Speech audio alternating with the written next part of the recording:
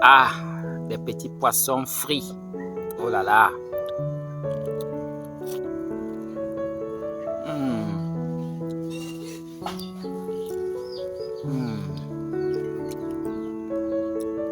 Bon appétit à vous si vous êtes en train de manger.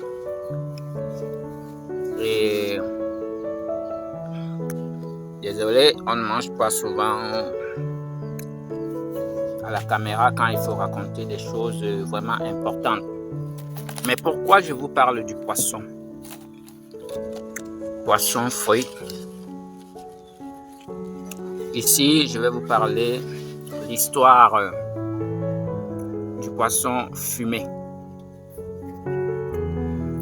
Je vais vous parler de l'histoire d'un chasseur, d'un pêcheur.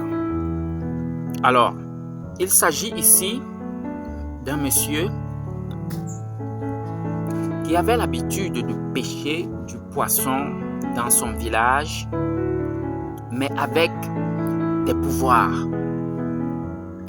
Il avait tellement de pouvoirs que quand il part à la pêche, même s'il est parti tard, un peu de temps, il va rentrer avec beaucoup de poissons. Alors, il ne manquait jamais le poisson. Du coup, un jour, il est parti pêcher. Il a eu tellement le poisson que non seulement il vendait en route, comme il en avait l'habitude de faire, mais aussi, il s'est mis à partager parce que c'était tellement beaucoup. Il s'est mis à partager.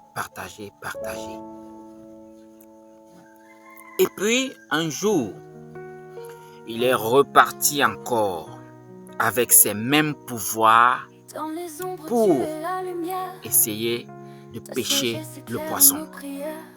Et là-bas, grande surprise pour lui, il va se retrouver en train de pêcher du poisson fumé.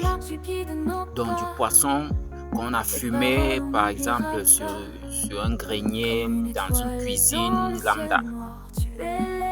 Il a pêché un paquet de poissons fumés. Dès qu'il a eu ça, avec les autres poissons qu'il avait déjà arrêtés, il a mis le paquet de poissons fumés dans son récipient. Il est monté au village. Il a montré que voilà ce que j'ai pêché. Et là, il ne s'est pas arrêté au village. Il est parti chez un prêtre. Il arrive chez le prêtre. On ne sait pas ce qui s'est passé là-bas. Ce qui est sûr, il n'est plus rentré avec le poisson fumé là. Et ensuite, il est rentré au village étant saoul. Mais déjà en sorcellerie, quand il t'arrive ce type de phénomène, sache que c'est un avertissement, puisque quand il pêchait avec beaucoup de succès, on lui disait de ne pas plus pêcher avec le pouvoir. Nous, les simples pêcheurs, là, ça ne nous arrange pas. Nous, on n'a pas beaucoup de poissons et nos familles ne mangent pas. Lui, il a continué. Mais sauf que quand il est revenu de chez le prêtre, étant saoul et sans le poisson là, le lendemain, il a eu plein de commandes. C'est-à-dire que non seulement il a eu l'avertissement avec ce poisson fumé là, mais il a eu la tentation du diable. Parce que là, il a eu des commandes qui ne pouvaient pas résister à l'argent qui était en jeu. Le voici maintenant qui part pour pêcher les commandes qu'il avait.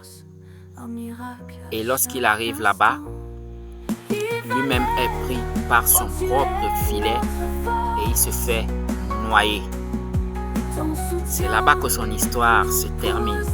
C'est une très courte histoire, mais qui a toujours un message à retenir.